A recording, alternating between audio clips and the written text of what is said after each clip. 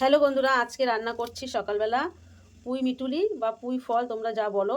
তো এর মধ্যে কুমড়ো, বেগুন, কাঁচা টমেটো, আলুটা দিইনি। 5 ফোড়ন, শুকনো লঙ্কা ফোড়ন দিয়ে নিয়েছি। এর মধ্যে এখন এটা দিয়ে দেবো। তো তোমরা এই পুঁই ফল কীভাবে রান্না করো আমাকে কমেন্টে জানিও। আমি এইভাবে রান্না করি, আর এর মধ্যে কাঁচা টমেটোটা দিলে বেশি ভালো লাগে। অনেকে এই পুঁই ফলের সবজির মধ্যে কিন্তু আদা জিরে বাটাও দেয়, আবার অনেক সময় সর্ষে কাঁচা লঙ্কা বাটা দিলেও কিন্তু ভালো লাগে। আমার এই আঙুলটা কেটে দেওয়ার কারণে ভালো করে আমি নাড়তে পারছি না। লবণ হলুদ দিয়ে একটু ভালো করে কষিয়ে নিচ্ছি। এখন একটু ঢাকা দিয়ে রাখবো যাতে ভালো করে সবজিটা সেদ্ধ হয়ে যায়। এখন দিয়ে দিচ্ছি এর মধ্যে আদা কাঁচা লঙ্কা বাটা, অল্প একটু চেরা কাঁচা লঙ্কা। সবজি প্রায় সেদ্ধ হয়ে এসেছে।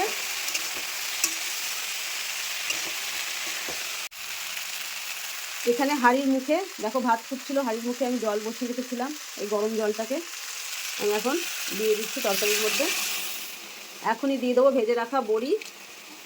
খুব বেশি জল দেবো না, ঢাকা দিয়ে দিয়ে রান্নাটা করে নেবো। সমস্ত সবজি কিন্তু সেদ্ধ হয়ে গেছে।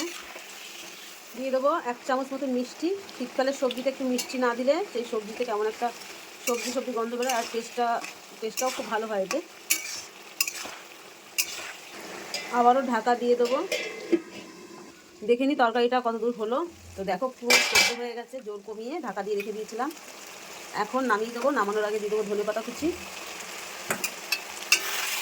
পুরো মাখা মাখা হয়ে গেছে। আর এইরকমভাবে পুঁই মিটুলি বা পুঁই ফল তোমরা একবার রান্না করে খেয়ে দেখো, দারুণ টেস্ট লাগে। শীতের সকালে মজার একটা রান্না তোমাদের সঙ্গে শেয়ার করলাম।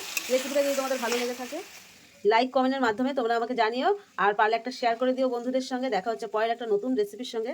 তো সকলে ভালো থেকো, সুস্থ থেকো, বাই।